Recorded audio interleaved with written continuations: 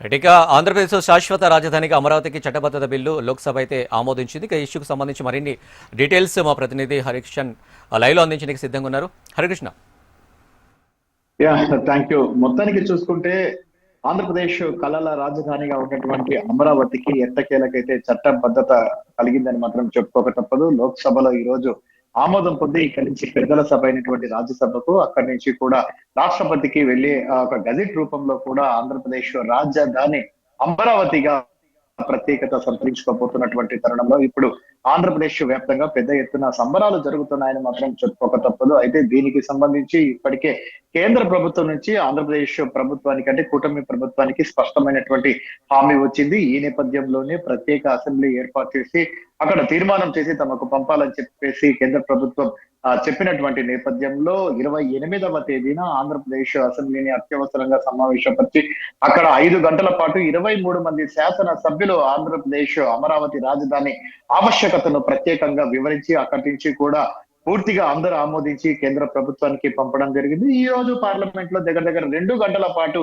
అన్ని పార్టీలకు సంబంధించినటువంటి పార్లమెంటు సభ్యులు ప్రత్యేకంగా దీనిపైన కూడా చర్చ సాగించడం జరిగింది. ప్రతి ఒక్కరు కూడా ఆంధ్రప్రదేశ్ కు సంబంధించినటువంటి అమెండ్మెంట్ బిల్లుకు పూర్తిగా మద్దతు అయితే తెలపడం జరిగింది. ఈవెన్ దో ఆంధ్రప్రదేశ్ కు సంబంధించినటువంటి ప్రతిపక్ష పార్టీగా ఉన్నటువంటి వైసీపీ సైతం అమెండ్మెంట్ బిల్లుకు తాము పూర్తిగా మద్దతు ఇస్తామని చెప్పేసి కూడా చెప్పినటువంటి నేపథ్యంలో పూర్తిగా ఈ రోజు అయితే అది కార్యరూపం దాల్చుకుంది. ఒక్కసారి మనం చూసుకుంటే ముఖ్యమంత్రి చంద్రబాబు అనేక సందర్భాల్లో అనేక సమావేశాల్లో ప్రజలు నచ్చే రాజధానిని, ప్రపంచం నచ్చే రాజధానిని నిర్మిస్తామని చెప్పేసి చెప్పినటువంటి నేపథ్యంలో ఇప్పటి వరకు కూడా పూర్తి స్థాయిలో అనేక డిజైన్లను పరిశీలించి ప్రత్యేకంగా వాటిని అయితే అమలు పరుస్తున్నటువంటి నేపథ్యంలో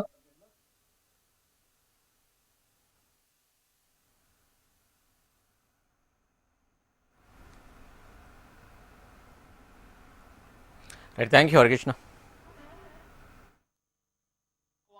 पक्ष में हुआ, हाँ वालों के पक्ष में हुआ।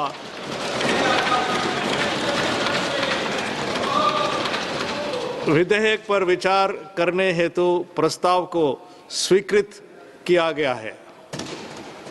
अब सभा विधेयक पर खंडवार विचार करेगी। प्रश्न यह है कि खंड 2 विधेयक का अंग बने। जो सदस्य इसके पक्ष में है वो हाँ कहें, जो